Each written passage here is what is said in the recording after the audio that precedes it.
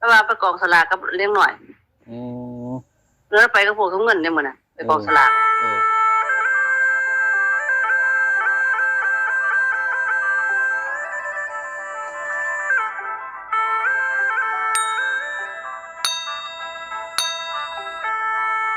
สวัสดี FC ทุกท่านทุกคนครับยินดีต้อนรับ FC ทุกท่านเข้าสู่ทีมงานของพอสวัยพารวยครับตามแนวทางของปู่กว้างส่วนปู่กว้างนี่ไม่เฮี้ยงเพิ่นสิเป็นผู้เว้าให้ฟังนะครับเด้อ FC ครับเพราะว่าเพิ่นเป็นสื่อสาร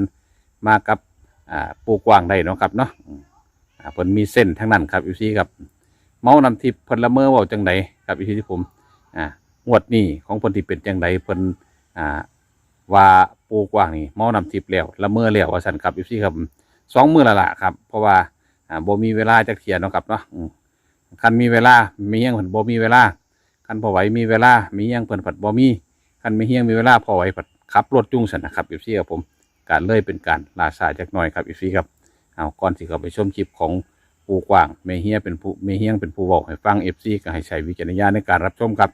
เป็นความเชื่อส่วนบุคคลนะครับขอย้ำว่าเป็นความเชื่อส่วนบุคคลครับผมสวัสดีแม่เฮียงเป็นจังไว้เป็นจังได้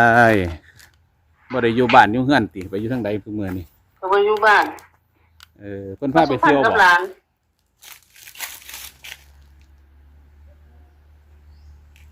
เมื่อแรกเมื่อจังนั้นเมื่อเพิ่นพาไปเที่ยวติพาไปเที่ยวว่าโธ่คือได้สำบายเที่ยวไกลมา2 มื้อ2 มื้อแล้วกลับแล้วล่ะอันผู้ดำยายใบอีหยังเพิ่นบ่มาอีกบ่คือว่าอยู่สุพรรณติเดี๋ยวนี้ตอนนี้อยู่สุพรรณอยู่โอ้กลับมื้อใดก็แต่ว่าก็กลับแล้วบ่าย3บ่าย4ก็กลับมื้อนี้ติกลับมื้อนี้ละเป็นจังไดอยู่สุพรรณสบายดีสบายดีอยู่คืนนี้โว้ยเป็นหยังมื้อคืนนี่ศาลากวนเนี่ยเพิ่นกวนนี่หยังกวนเรื่องหยังเพิ่นว่าเพิ่นโทรหาพ่อเพิ่นบ่รับสายเพิ่นน่ะพ่อเพิ่นบ่รับสายก็หายตัวหายก็ซูนให้แม่หายแม่กระโดดขึ้นเตียงกระโดดขึ้นกระโดดลงซ้ำน่ะบ่ได้นอนแม่ว่าจะกระโดดลูกเลยว่าสิพ่อเพิ่นนอนเพิ่นว่าเลยว่านอนคือบ่บอกก่อนจังค่อยนอนเพิ่นน่ะเอาก็ต้องเงินอยู่นำแม่สิไปบอกได้ก็เลยว่าพ่อก็อยู่พุ่นบอกบ่ได้แล้ว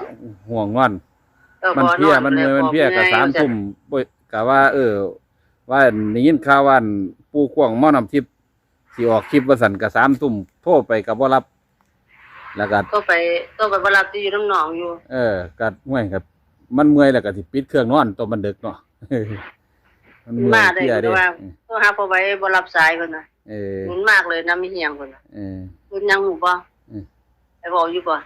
เว้ารอดสิเป็นหยังก็เลยว่าศูนย์มากก็ได้ไม่เฮียงเพิ่นน่ะเป็นหยังล่ะศูนย์หยังล่ะลูกก็เลยว่า0607ได้นำไม่เฮียงเพิ่นน่ะ0607ได้นะเพิ่นน่ะผสมอยู่ปลาใส่พ่อไว้ลูกนึงเพิ่นน่ะนี่แม่มก็นั่งมองอยู่นะเพิ่นน่ะว่าเอาส้มปลาใส่พ่อไว้ทำไมว่าซั่นแม่มว่าว่าแม่มนั่งเบิ่งอยู่นั่งเบิ่งของเงินว่าซั่นนั่งเล่นกับพี่นุ่มว่าซั่นแล้วเอาส้มปลาพ่อว่าซั่นเพื่อปลาส้มใส่พ่อหยังเอาตัวเงินผมจะปลาอย่ามายุ่งเพิ่นว่าอย่ามายุ่งนะผมจะทำพ่อผมเพิ่นน่ะมันบาปทั้งแม่มว่าถ้าแม่มก็เลยบอกเลยเพิ่นเลยมันถือเวลาตัวเงินว่าซั่น0607นั่นเพิ่นว่าออกแท้บ่อย่ามาตัวใดเพิ่นว่าจังซี่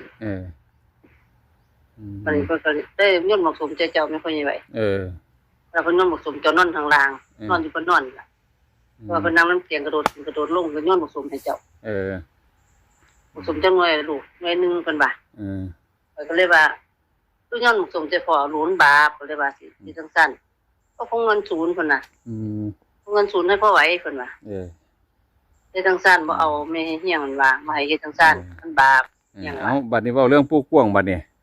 เป็นจังได๋ก็ปู่กว้างเพิ่นว่าจังได๋ปู่กว้างมื้อนั้นให้หนุ่มไปนั่งฟังอยู่อันเพิ่นก็ว่าเพิ่นมากินข้าวมีหยังก็เลยว่าอันคือบ่กินข้าวแล้วพ่อซื้อข้าวมาให้คือบ่กินถ้าเพิ่นบ่อยากบ่อยากข้าวเพิ่นว่าสิกินแต่น้ำทิพย์ยังก็เลยว่ากินน้ำทิพย์ได้พ่อสิบ่เมาบ่พ่อบ่เมาดอกลูกเพิ่นว่าพ่อเมาดอกพ่อสิ กินก้อนมันจะให้กินเขามันนั่นให้นุ่มไปซื้อไอ้นุ่มที่เป็นคนน่ะทหารน่ะไปซื้ออันนี้น้ำตกกับอันไก่ย่างมาให้เพิ่นอันไก่ย่างจะเป็นหน่องนึงนี่ล่ะมาให้เพิ่นก็บ่กินวันนึงเขาเหนียวให้ก็บ่เอาพอกินแต่น้ำจิ้มกินแล้วกันไอ้นุ่มมานั่งอันเป็นหมู่ปูแล้วนุ่มก็เลยว่าสินุ่มก็เลยครับซั่นว่าอันตรงนั้นมันอยู่นำเฮียงนี่ก็พวกงูกุมารขาวมันไก่ไข่ก็อยู่หลังบ้านเบิดเพิ่นก็นั่งกับนุ่มมันก็ละมือก็ว่า057เพิ่นก็ว่า057อันนี้ยังเล่นยางไปก็เลยว่านุ่มปูแล้วบอกแล้วแม่057ว่าซั่นนุ่มว่าก็เลยเขียนไว้057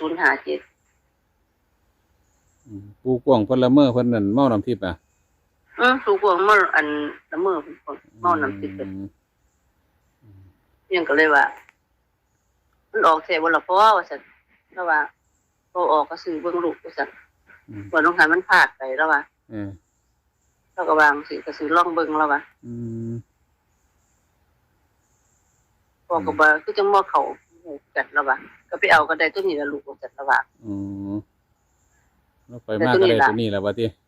เราว่าไปเอามาก็ได้ตัวนี้ล่ะระวังถามบ่ว่าเราไปเอามาได้ไสถามอยู่แล้วว่าไปกองสลากกับเลี้ยงหน่อย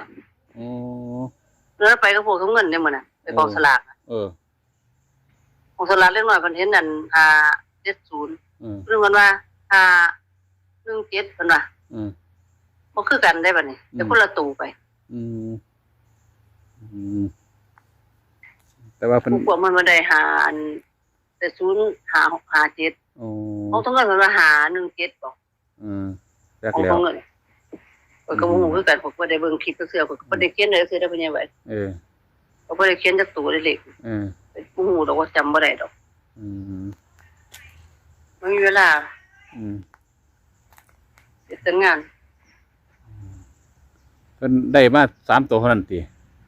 ได้3ตัวเท่านั้นกับเด็กอีหยังว่าอีหยัง12บ่21บ่21บ่เด็กกลางจักแล้วข่อยบ่ฮู้นำเพิ่นจังได๋21นี่ล่ะเพิ่นยังไว้โอ้เพิ่นได้ฮอด3ตัวกับ2ตัวพุ่นน่ะเพิ่นได้ได้21นำตัวนึงแต่ว่าสิล่ะเพิ่นเห็นเขาเลี้ยงไว้บ่พุทธอันลูกเพิ่นว่าเขาบ่เลี้ยงเพิ่นว่าเขายกขึ้นพากันคือจังว่าตรงเงินเว้านั่นล่ะว่าลีตาเบิ่งนั่นน่ะก็นั่งอยู่ไกลก็เห็นคนละตัวเนาะเห็นตัวเดียวกันล่ะผู้นึงกลับผู้นึงบ่กลับจังซี่น่ะโอ้เป็นกองสลากแล้วแต่ผู้ที่จำได้ว่ามันอยู่หม้องใดตำแหน่งไหนจำได้ของตรงเงินน่ะมันหา17บ่ของตรงเงินก็ได้แต่ว่าปูกว้างเพิ่นเห็น057กับ21057กับ21ถามเพิ่นว่าคักบ่งวดนี่เพราะว่าซั่นมันถามอยู่บ่ถูกมาหลายงวดแล้วเด้อว่าซั่นก็ถือบ่ได้ไปรู้อันใด10กว่างวดแล้วมันออกก็เลยว่าสิของพ่อก็เลยว่าลูกมันบ่มีเงินซื้อกินได้พอก็เลยว่าทั้งสิอันไก่เมื่อบ้านได้พอก็เลยว่าเมื่อบ้านพ่อบ่ได้มีเงินซื้อกินได้ก็เลยว่ายังบ่มีเงินมีทองยังเบิดเงินน่ะเด้อว่าซั่นบ่มีเงินซื้อกินแล้วบ่ได้กินแล้วก็เลยว่าบ่มาให้ถือบ่มีเงินซั่นดอกจักงวดแล้วบ่บอกว่าถูกมานี่บ่มัน10กว่างวดแล้วบ่10กว่างวดแล้วบ่มันสิซ้ำกันก็บอกถูกงวดที่ก่อนปีกายนี่สิแม่นกันนั่นล่ะปีกายก็บอกถูก17งวดปีนี้แล้วกันหลังจากหันมาก็บ่ถูกมาบ่มันได้ครบ17งวดแล้วบ่10เท่าไหร่งวด10งวดจะได้โลอันนี้ตั้งแต่บอกว่าถูกมานี่แต่ปีที่แล้วเนาะบาทนี่แต่บอกเอาก่อนปีใหม่พุ่นพ่อใหญ่โอ้ยตอนเข้าพรรษาพุ่นบ่แม่นแม่นอยู่มันก็หลายงวดแล้วเนาะมันจักเดือนแล้วบ่งวดแล้วตั้งเข้าพรรษามันออกบ่เถื่อมีแต่นึงเขาตัวนึงบ่แม่นบ่เขาเทื่อเดียวนึงเขาก็ไปเอาเลขมาตั้งแต่ลพบุรีพุ่นสิแม่นเท่านั้นล่ะนั่นมากับยาวมาเรื่อยๆเอางวดนี่สิเขาบ่เบิ่งกันเพิ่นบอกเพิ่นเห็น057ว่าติ057กับ1อัน21เพิ่นเลขล่าง057กับ21เลขล่างกวางเป็นละเมอเห็นเป็นบนเป็นล่าง FC ก็อย่าลืมเด้อครับเด้อของปูกว้างตามไปเรื่อยครับFC ผมจะฟังนะคันเข่ากับเข่าเง่าคันบ่เข่ากับรุดเง่า อันนั้น5ออก3ตัวล่ะเกิดว่ามันออก3ตัว2ตัวมันละเฮากับบ่ฮู้จักเนาะ แล้วบ่ฮู้จักเนาะของมีหักของบ่มีหักเพิ่นได้มาจังไดเพิ่นก็มาบอกสั่นเพิ่นก็จะให้ถือเพิ่นล่ะครับ FC ก็จะให้ถืออยู่แต่ว่ามันบ่ได้จังได๋เพราะว่าปูกว้างนี่เพิ่นก็เมาแต่น้ำทิพย์อย่างเดียวครับ FC ครับ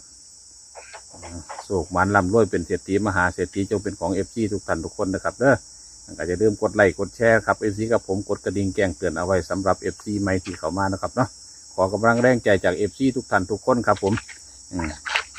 กดไลค์กดแชร์ให้กับผู้เฒ่าพารวยพอสวยพารวยนะครับ FC กับผมเลขดังปู่กว้างมาแล้วครับ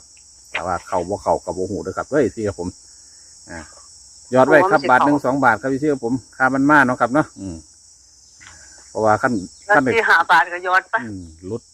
ลุดมากกับเงาแล้วบาทนี้อาจจะเข้ากับปลาบ่สร้างครับพี่ผมสิเขาพรรษาแล้วของเพิ่นตั้งแต่ซ้ำนี่แล้วเพิ่นเข้าเดือนมีนาเมษาเนี่ยแหละปกติเพิ่นเข้าปีกายนี่ก็ตั้งแต่มีนาไปต่อไปครับเงาจนฮอดพุ่นน่ะ17 งวดนะครับเนาะเข้าเงาตลอดเลยขั้นได้เข้าทีนึงเลยระวังนะครับFCกับผมเงาตลอดเลยครับเอาสำหรับคลิปนี้ก็ขอบคุญขอบคุณมีเฮียงหลายครับผมสวัสดีครับสวัสดีจ้า